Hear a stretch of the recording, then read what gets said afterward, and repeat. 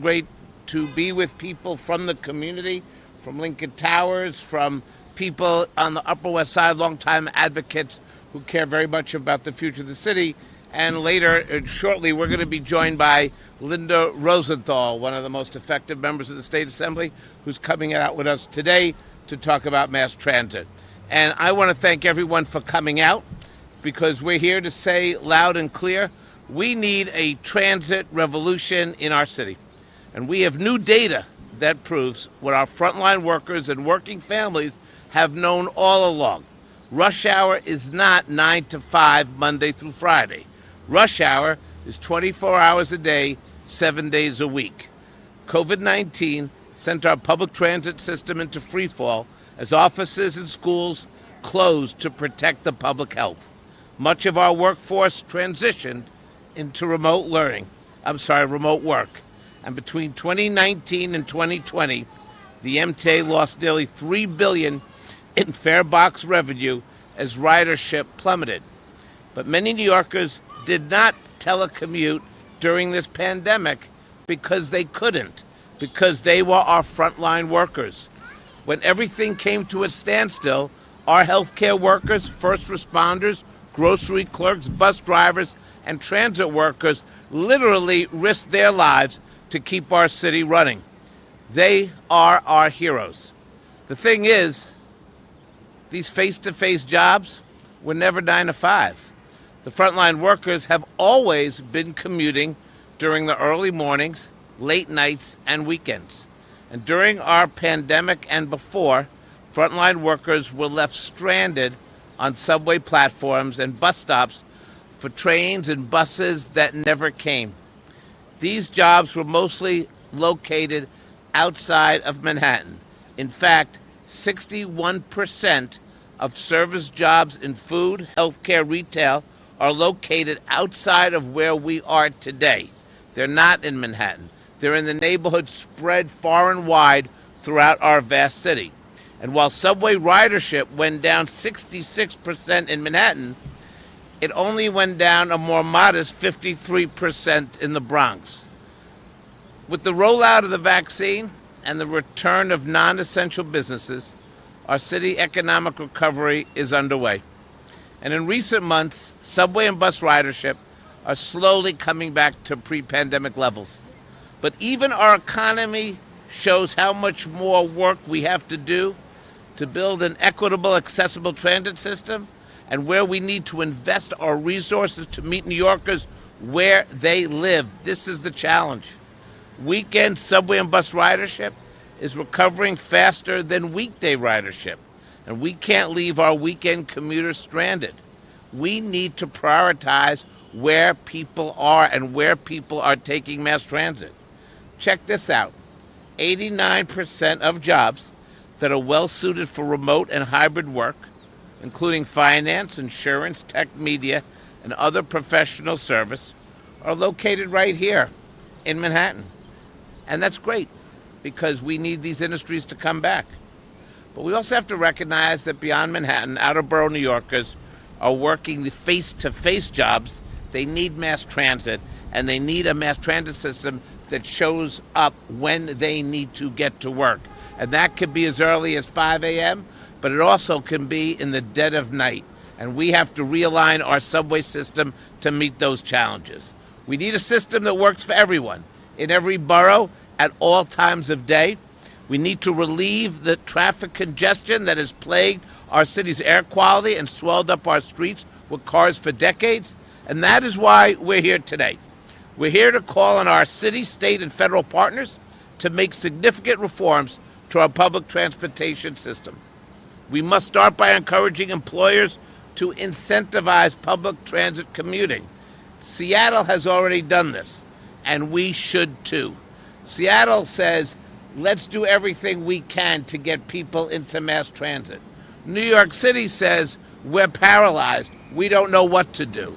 That has to change. If employees can provide their workers with Metro cards, City Bike memberships, they can reduce our dependence on cars and ease the commute for those that travel from outside of Manhattan. The MTA needs to step up. There's no excuse. All subway and high ridership busways should arrive at least 6 minutes throughout the day, 7 days a week. And how do we pay for it? Well, we've been saying this for a while. Increase and rebalance our gas tax so that more money can go towards the public transit improvements that we deserve. That's the way to pay for it. And to our leaders in Congress, many in New York City, like Jerry Nadler and others who are doing such a great job, we have to pass the Stronger Communities Through Better Transit Act to bring an additional $3 billion to the MTA. So you rebalance the gas tax, you bring home the $3 billion, and then we make structural infrastructure changes as to how people ride the rails. So again, we got to make people, we have to meet people where they are. We have to recognize that we have to look at where we're going to build affordable housing, where we're going to look at subway stations to serve those who cannot work from home.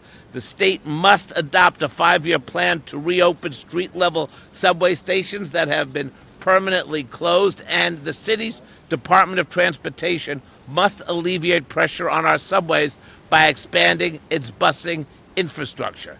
I just want to be clear. Every New Yorker deserves a reliable, accessible mode of public transit, regardless of where they live and what time they choose to travel. We have to recognize that if we're going to bring our city back the way we need to do so, it's going to be in a new economy. It's not going to be the same old way. We're going to have to be strategic, think out of the box, but we have finally got to realign our subway and bus system to the 21st century, not the 20th century. Look, we all know generationally 9 to 5, right? You get home 9 to 5, you cook dinner, and you have a dog, 2.3 kids. That's the way the world worked back then. That's not how it works today. Younger people have different jobs. People of color are working in jobs, most particularly that take them to the far edges of the city, where they're also forced to live because housing is so high priced. This is our moment to do this. The money and the infrastructure is in place. The data we're presenting to you today is the data we need to tell our elected officials that a new day is coming. And with that, I want to introduce an organization and a man, Darwin, that has been leading the fight for climate and health at Tri-State Transportation Campaign. And I'd love him to come up and talk about this today. Darwin?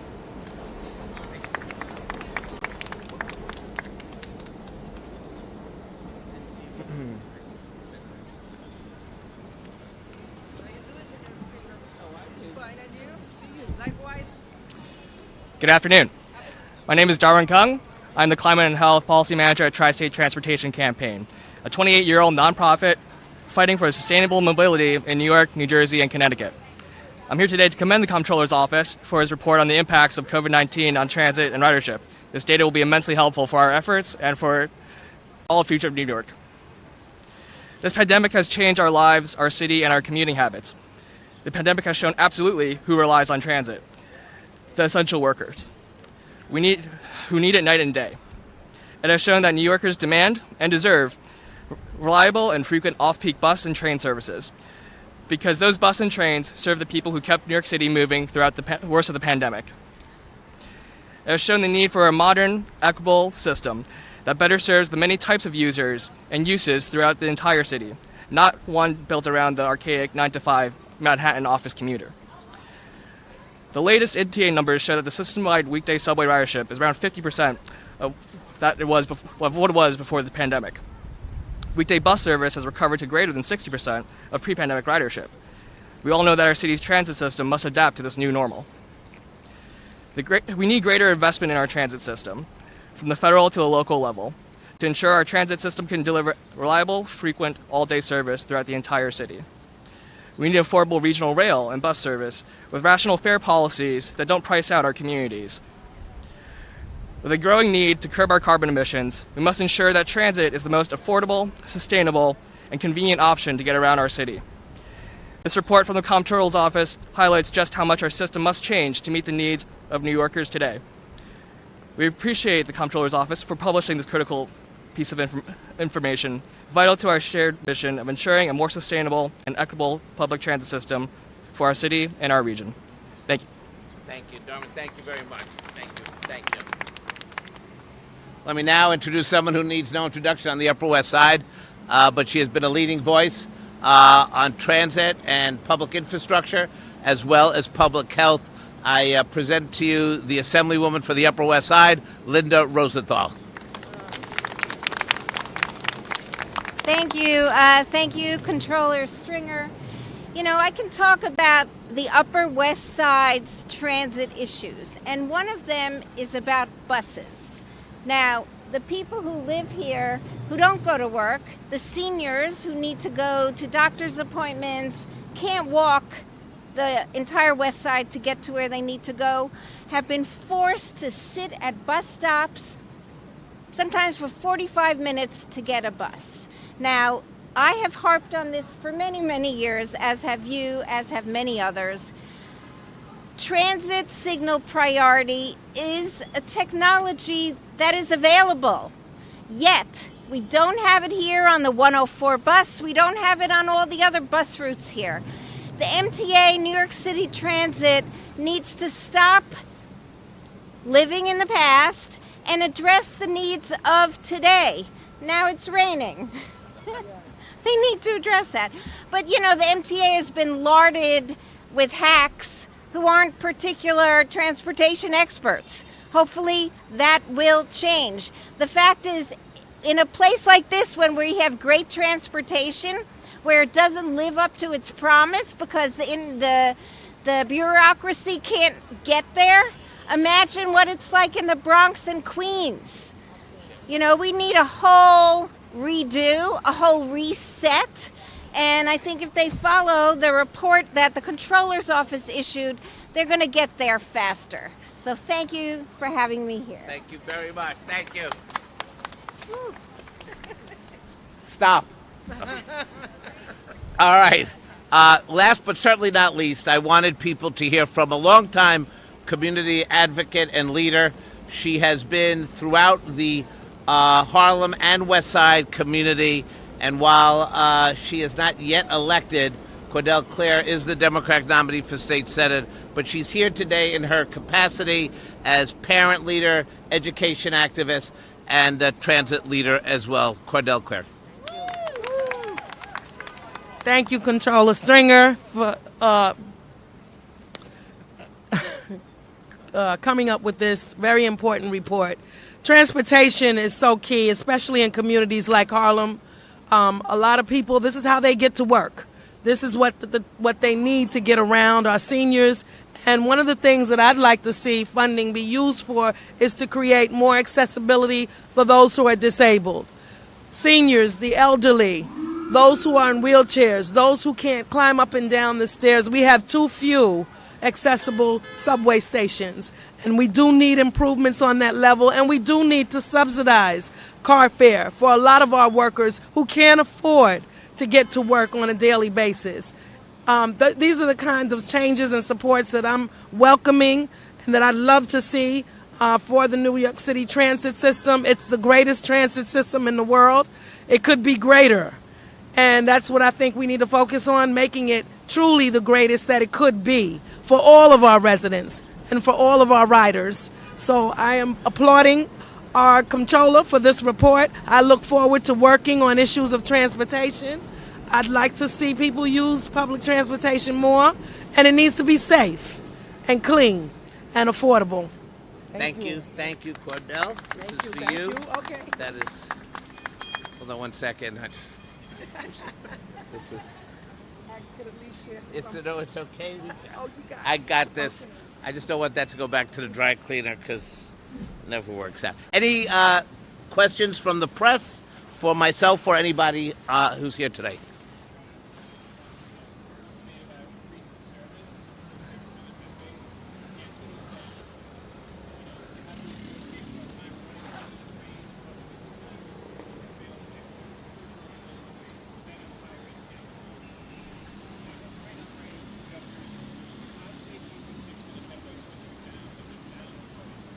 Well, look, there's no question that the MTA faces challenges. COVID challenged the workforce in a way they could not have imagined, and I applaud them because the transit workers are really the ultimate frontline workers. But what we sometimes do in a crisis is we wait for the crisis to pass before we start planning. And this crisis should not be an excuse for doing the long-range planning that will bring us into a 21st century transportation system. So if we don't realign the gas tax, we will still be at a challenging economic time. People will say 5 years from now, well, we don't have the money to do this. That's why, I'm going to work with Linda and Cordell and others to work on that. Second, we have an unprecedented amount of money, billions of dollars coming from the federal government. If you don't plan for it, prioritize it, and align the money with our 6-minute goal, you know what's going to happen. It's going to go into the black hole of the MTA, and we're never going to see it again. I will tell you that in my years of public life, I remember how excited I was when we finally had the beginning of the 2nd Avenue subway, but I was also at that 4th groundbreaking, right? So we have to start thinking now about how to plan. Why do you think weekend ridership has rebounded faster than weekday ridership? Is people still remote working for the most part, or other folks who are more encouraged may not be the typical commuters? Okay, a couple of things that we've looked at from our office. I think there is still a tremendous lag, especially in places like Manhattan, where people in white-collar jobs are able to work remotely. And so you see the drop of 66%, but when you overlay it with the Bronx, it's 53%. There's no question that people are taking advantage of that work-from-home option. By the way, a lot of those jobs may be permanent work-from-home option. We'll see how the economy goes. But here's the rub. We have a whole lot of folks from uptown and around the city that are face-to-face workers. So they're going to continue to need a transit system that relates to them. And that's why I've long said, and now I say it very clearly from an economic perspective, we have got to align the system. Yes, I want to see a subway every 6 minutes, but I also want to make sure that we get the same service off-peak, or what people have said is off-peak. I say it's the new rush hour. We have to align ourselves with the new rush hour. And the new rush hour is, 11 o'clock at night in parts of the Bronx. The new rush hour is 5 o'clock in the morning for the young worker who's in the creative economy but has to show up to work.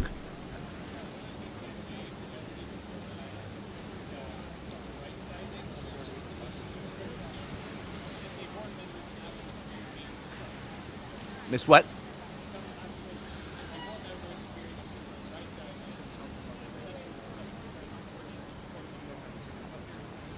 Well, when Bloomingdale's merges with Macy's, they never expanded, right? They downsized.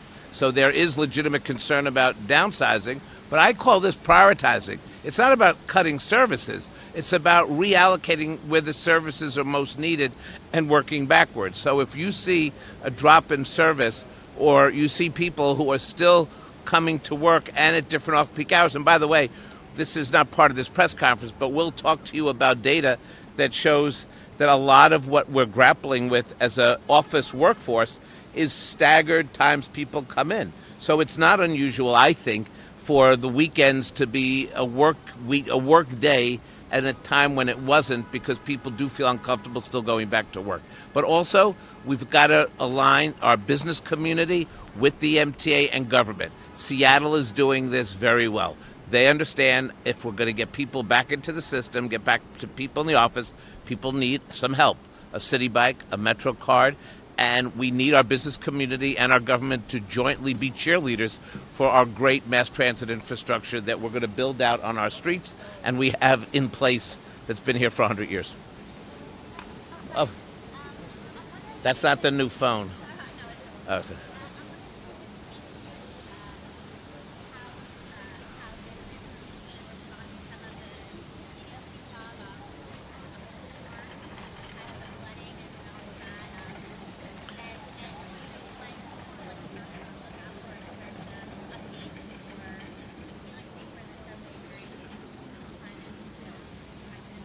I don't mean to date myself, but before Linda Rosenthal was the assembly member for this district, I served in the assembly, and I was chair of the cities committee, and I remember holding a hearing to talk about what we would do in the event of an emergency and how we could move people out of the city if we had to. This is post 9/11. And what was outrageous was to understand that when you have a rainstorm 20 years ago, the system is immobile. Here we are 20 years later, and politicians are stunned that the subway system is flooding. It's been flooding for 20 years because we don't plan for it, because we wait for the storm to hit. And that is why we need the mayor and the governor to do the work that no one seems to want to do, and it's resiliency, it's investment. You have money coming from Washington for infrastructure, and you now have money coming in different buckets. This is the moment to go into the system.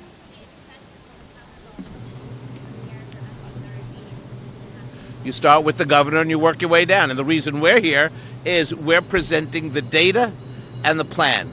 Obviously, we need you to make the case.